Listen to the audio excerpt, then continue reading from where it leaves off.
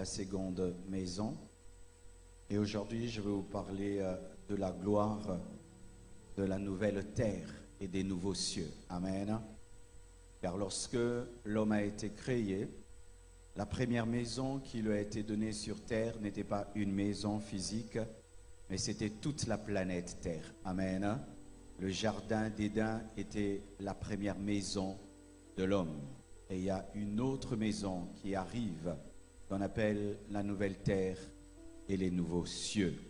Ainsi, mon message ce soir sera une comparaison en 7 points entre l'ancien paradis et le nouveau paradis. Alléluia. Nous sommes debout, nous allons lire la parole de Dieu dans Ésaïe 65, verset 17.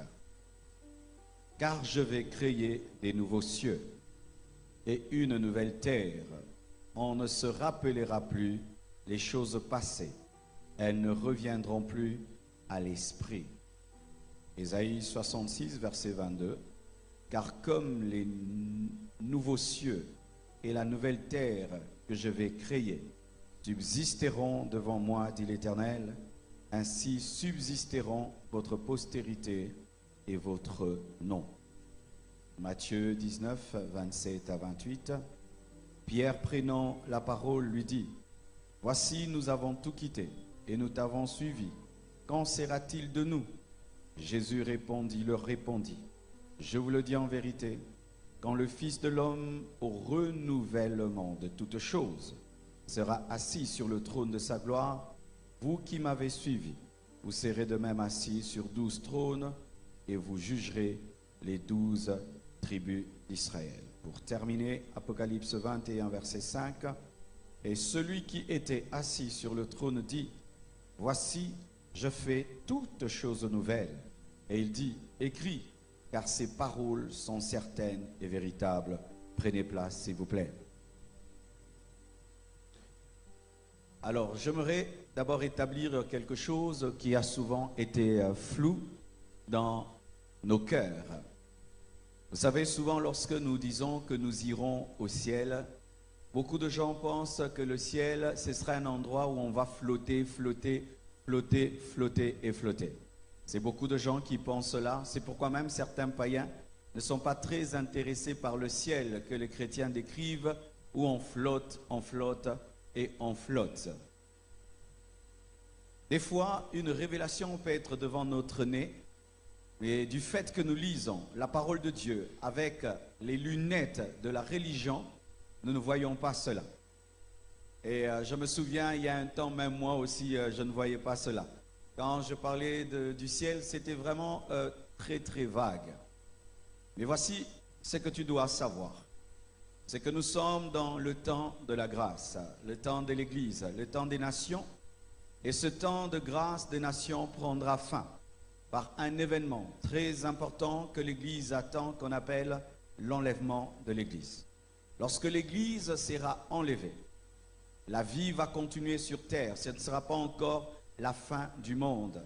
Il y aura sur la terre ce qu'on appelle la tribulation. Et la tribulation sera divisée en 2 parties.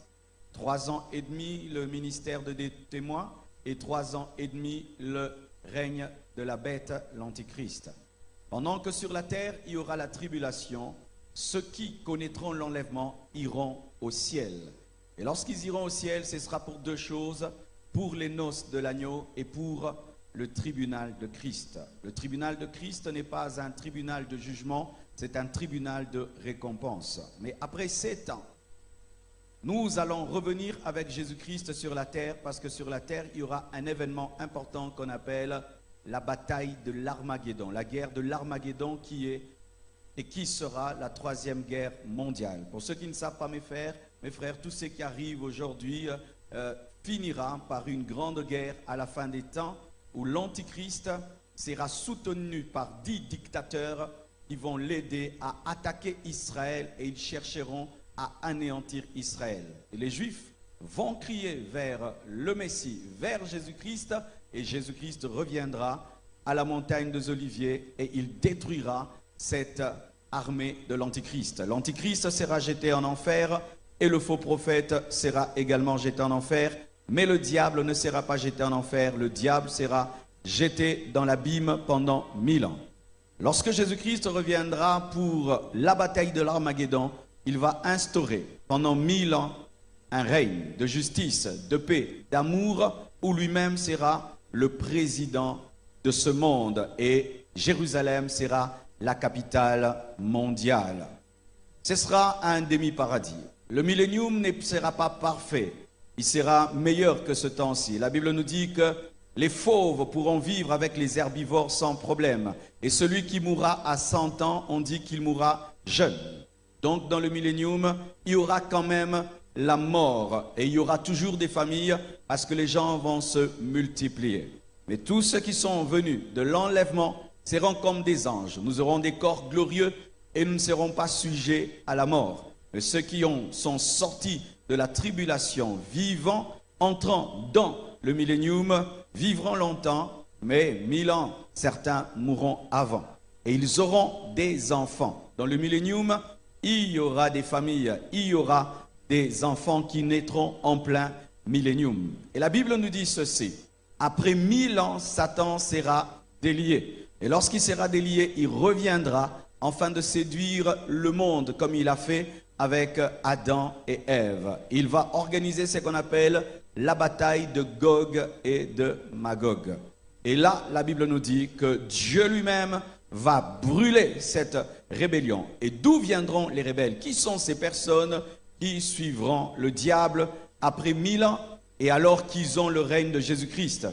Ce seront souvent ces personnes qui ont accepté le règne de Jésus-Christ malgré elles et ces enfants qui sont nés dans le millénium, qui ont accepté parce qu'ils sont nés dedans et ne trouvent pas que c'est extraordinaire. Ils devront être testés avant d'entrer dans la nouvelle terre et les nouveaux cieux, parce que Dieu ne peut pas t'amener au ciel sans ta volonté. Alléluia.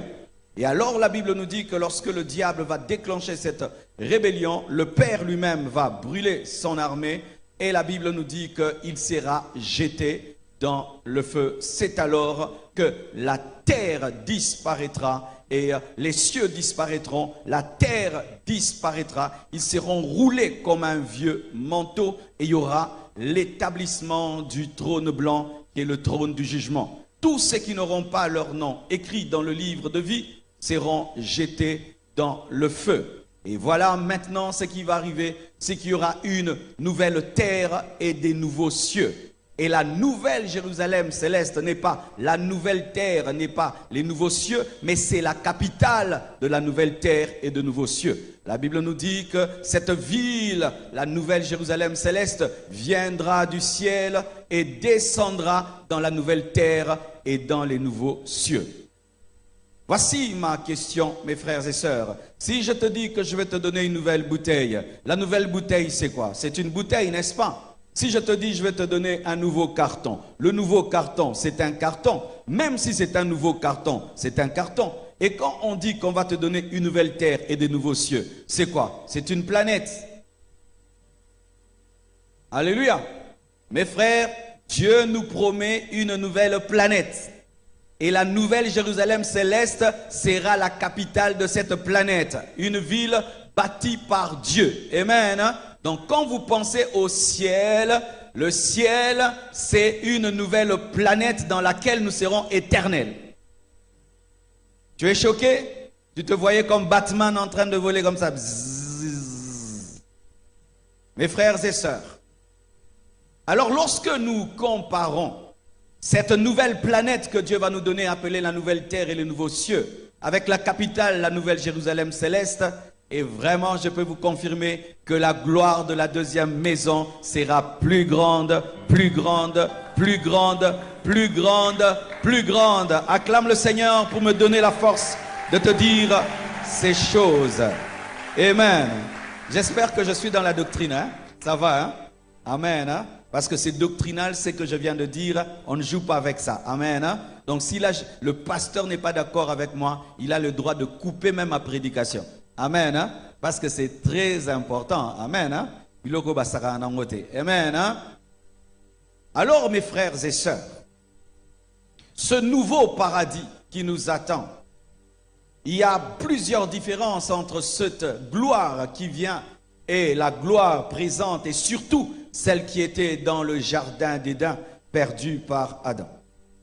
La première des choses que vous devez savoir, mes frères et sœurs, c'est que dans Apocalypse 22, verset 2, la Bible dit, « Au milieu de la place de la ville et sur les deux bords du fleuve, il y avait un arbre de vie produisant 12 fois des fruits, rendant son fruit chaque mois, et dont les feuilles servaient à la guérison des nations. » Dans le premier paradis, il y avait deux arbres principaux. L'arbre de la connaissance du bien et du mal et l'arbre de la vie éternelle.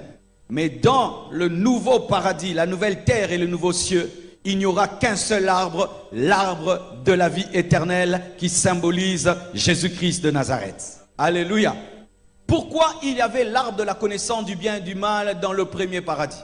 C'est parce que Dieu est honnête et Dieu est sincère. Il ne pouvait pas créer un jardin sans le mal. Pourquoi? Parce que le mal existait déjà dans l'univers. Vous devez savoir que celui qui a engendré le mal n'est pas l'homme. Celui qui a engendré le mal, c'est un archange appelé Lucifer. Il y avait déjà la chute de l'homme, avant la chute plutôt de Lucifer, avant la création du jardin. Il y avait déjà la chute de Lucifer avant la création de l'homme. Et donc lorsque l'homme a été créé, il a été créé dans un univers avec quelqu'un déjà qui avait introduit le mal. C'est pourquoi Dieu ne pouvait pas garder l'homme prisonnier du bien parce qu'il y avait le mal. Il devait choisir de rester dans le bien. Ainsi, n'est pas manger à l'arbre de la connaissance du bien et du mal, c'est demeurer et accepter demeurer dans la présence de Dieu. Amen. Dieu n'a pas créé un paradis prison, il a créé un paradis dans lequel l'homme a le droit de rester ou de partir. Amen. Et la Bible nous dit que lorsque l'homme a mangé de l'arbre de la connaissance du bien et du mal, Dieu l'a chassé. Pourquoi? Parce que quelqu'un qui mange la connaissance du bien et du mal et qui est éternel est un danger. Alléluia. Les hommes meurent parce qu'ils ont le mal, parce que le mal éternel fait souffrir. Imaginez que Mobutu ne soit jamais mort. Ça allait être grave. Alléluia. Imaginez qu'Hitler ne soit jamais mort. Imaginez tous ces grands dictateurs qui ont fait souffrir la terre et qui ont été dont nous avons été délivrés par leur mort. Si en même temps sur la terre, vous avez Hitler qui est vivant, Néron qui est vivant, le pharaon qui est vivant, Saddam Hussein vivant. Amen. Hein? Alors Dieu nous a délivrés de ces hommes mauvais par la mort. Ainsi, celui qui est mauvais ne peut manger à l'arbre de la vie parce que l'arbre de la vie va rendre son mal éternel. Alléluia. En soi, la mort balaye la terre et repose les bonnes personnes. La mort permet aux justes de se reposer, mais la mort permet à la terre d'être délivrée du mal qu'on ne peut pas chasser, parce qu'il y a des hommes que vous ne pouvez pas tuer, tellement qu'ils sont puissants. Il faut que Dieu lui-même nous délivre d'eux. Alléluia. C'est pourquoi, sorcier, tu peux manger toute la famille, cela ne fait pas de toi un éternel, parce que manger la famille, ce n'est pas manger à l'arbre de la vie. Tu finiras par vieillir, tu finiras par mourir, tu attraperas une maladie et tu mourras, et ainsi on sera délivré de toi. Soyez en paix. La mort vous débarrassera de cet oncle sorcier qui ne se convertit pas. Même un dictateur, il peut avoir des armes comme il veut. Chaque fois qu'il fête l'anniversaire, nous comptons. Parce que fêter l'anniversaire, c'est t'approcher de ta mort. Alléluia. Quand tu es un dictateur, tu peux avoir des autos blindés. Tu peux dormir dans un bunker. Mais la Bible dit, tu es poussière. Tu retourneras à la poussière. Un jour, la parole de Dieu va nous délivrer de toi. Nous délivrera de toi. C'est pourquoi n'haïssez jamais les hommes méchants. La mort s'en occupera. Amen. Alors mes frères et sœurs, le mal était dans le monde et Dieu devait reconnaître qu'il y a le mal. Ainsi, quand Adam et Ève ont été créés, il y avait le mal quelque part. Il y a un esprit qui était tombé et qui était là dans ce jardin. Ainsi, il y avait l'opportunité soit de demeurer avec Dieu, soit d'ouvrir cette porte et de perdre la dimension de l'éternité. Mais dans la nouvelle terre et le nouveau cieux, il n'y aura pas le mal. Il n'y aura pas de jalousie. Il n'y aura pas de péché. Il n'y aura pas de péché. Il n'y aura pas de péché. Oh, je vous dis, dans le futur qui arrive, il n'y aura pas de péché. Il n'y aura pas l'arbre de la connaissance du bien et du mal, mais il y aura l'arbre de la vie. Cet arbre-là que Adam ne pouvait pas manger, toi tu le mangeras. Alléluia. Toi tu le mangeras, toi tu le mangeras. Frères et sœurs, lorsque l'homme a péché et qu'il était chassé du jardin, l'arbre de la vie est resté dans le jardin, mais il avait le souci d'être mangé par l'homme. Comme l'homme ne pouvait pas entrer dans le jardin pour le manger, c'est l'arbre qui est sorti et qui l'a poursuivi. C'est pourquoi Jésus est mort à la croix, comme l'arbre de vie, afin de te communiquer la vie. Alléluia. Et je t'annonce un futur où il n'y aura plus l'arbre de la connaissance du bien et du mal. Il n'y aura que l'arbre de la vie. Il n'y aura que Jésus. Il n'y aura que Jésus. Donne-moi l'amen. Lorsque tu entreras au paradis, tu ne pécheras jamais. Ce qui est arrivé à Adam et Ève ne t'arrivera pas, parce que l'église est supérieure à Adam, supérieure à Ève. Nous, on ne péchera pas. Nous, on ne péchera pas. Jamais une seule fois on nous chassera de ce jardin-là. Nous, on ne péchera pas. Tu as un salut éternel. Sauvé, sauvé, éternellement sauvé. Oh, donne-moi l'amen. Un salut qui ne va jamais être détérioré par le temps. Un salut qui ne sera jamais délavé. Un salut qui ne sera jamais dégradé. Frère, lorsque tu meurs en Christ, c'est fini. Plus jamais tu ne pécheras. Plus jamais, plus jamais, plus jamais. Et tu n'as pas besoin d'être canonisé par les prêtres pour être déclaré saint. Tu es saint déjà pendant que tu es vivant. Et quand tu meurs en Christ, tu meurs saint. Vous savez, quand je dis ça, les gens qui ne haïssent pas le péché disent, pourquoi il dit ça? Mais quand tu as la haine du péché, quelle délivrance! Quelle délivrance! Des fois, tu sens Dieu est en train de t'élever. Et puis tu sens tu veux devenir orgueilleux. Tu dis, comment mon cœur peut être sorcellérique comme ça? Je sais que l'humilité précède la gloire. Mais pourquoi je vais être orgueilleux? Il n'y aura plus tous ces combats-là. Il n'y aura plus tous ces combats-là. Il n'y aura plus tous ces combats-là où tu vas commencer à prier pour la sanctification. Tu ne demanderas plus la sanctification parce que tu seras saint en permanence. Il n'y aura pas la chair en toi, une nature mauvaise en toi qui te pousse vers le mal. Il n'y aura rien au-dedans de toi qui est contre Dieu. Il n'y aura rien au-dedans de toi qui se rebelle contre Dieu. Tu vois, tu es venu à l'église, mais une voix t'a dit ne viens pas. Tu as lutté pour venir, tu ne lutteras plus. Tu ne lutteras plus. Tu ne lutteras plus. Tu ne lutteras plus. Tu ne lutteras plus. Tu ne lutteras plus. Une autre chose. Apocalypse 20, verset 10 nous dit, et le diable qui les séduisait fut jeté dans les temps de feu et de soufre, où sont la bête et le faux prophète. Et ils seront tourmentés jour et nuit, au siècle des siècles. Dans le premier jardin, il y avait deux serpents. Mais dans le jardin qui arrive, il n'y aura aucun serpent. Pourquoi je dis deux serpents? La plupart des temps, nous sommes concentrés que sur le serpent physique. Mais en soi, il y avait un serpent, Satan, qui a utilisé le serpent physique. Le serpent qui a parlé à Adam et Ève n'était pas un démon, c'était vraiment un serpent, créature de Dieu. Amen. Le diable a possédé une créature de Dieu afin de parler au travers d'elle à Adam et à Ève. Et pourquoi le diable a choisi le serpent? Il a choisi le serpent parce que le serpent, c'était le leader des animaux. Le leader des animaux, ce n'était pas le lion, c'était le serpent. Certaines traductions disent qu'il était le plus malin. Non, mais moi je dis qu'il était le plus intelligent. Pourquoi on va dire malin alors qu'il n'y a pas encore la chute? Parce que malin, c'est l'intelligence au service du mal. Mais il n'y avait pas encore le mal, donc il était intelligent. Dieu l'avait créé intelligent. C'était le leader des animaux. Et comme le diable aime toujours les leaders, il a cherché les leaders des animaux pour parler à la femme. Parce que le serpent, c'était l'animal qui était le plus proche de la femme et la femme était la plus proche de l'homme. C'est ainsi qu'il a utilisé les choses proches pour atteindre son but. Mais il y a un temps qui arrive, mon frère. Rien de proche ne sera une occasion de chute. Le diable ne te parlera plus au travers de quelqu'un. Et il n'y aura plus de combat spirituel. Il n'y aura plus, au nom de Jésus, je te lis. Il y a des temps, on se reposera. Fini les combats spirituels. Oh la mouka 2h du matin. Nazo kata, nazo buka, makambango osila. Bato combat spirituel, makambango osila. Donne-moi la main. Le repos arrive, le repos arrive, le repos arrive. Il n'y aura pas le diable dans la nouvelle Jérusalem céleste. Il n'y aura pas le diable dans la nouvelle terre et dans les nouveaux cieux. Il n'y aura pas de combat spirituel. Tu ne chasseras plus le diable. Le diable ne te tentera pas. Fini les tentations. Fini les tentations. Fini les envoûtements. Fini les enchantements.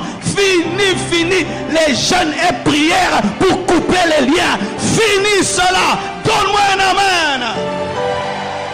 Un jardin qui n'a pas l'arbre de la connaissance du bien et du mal et qui n'a pas les serpents. Waouh!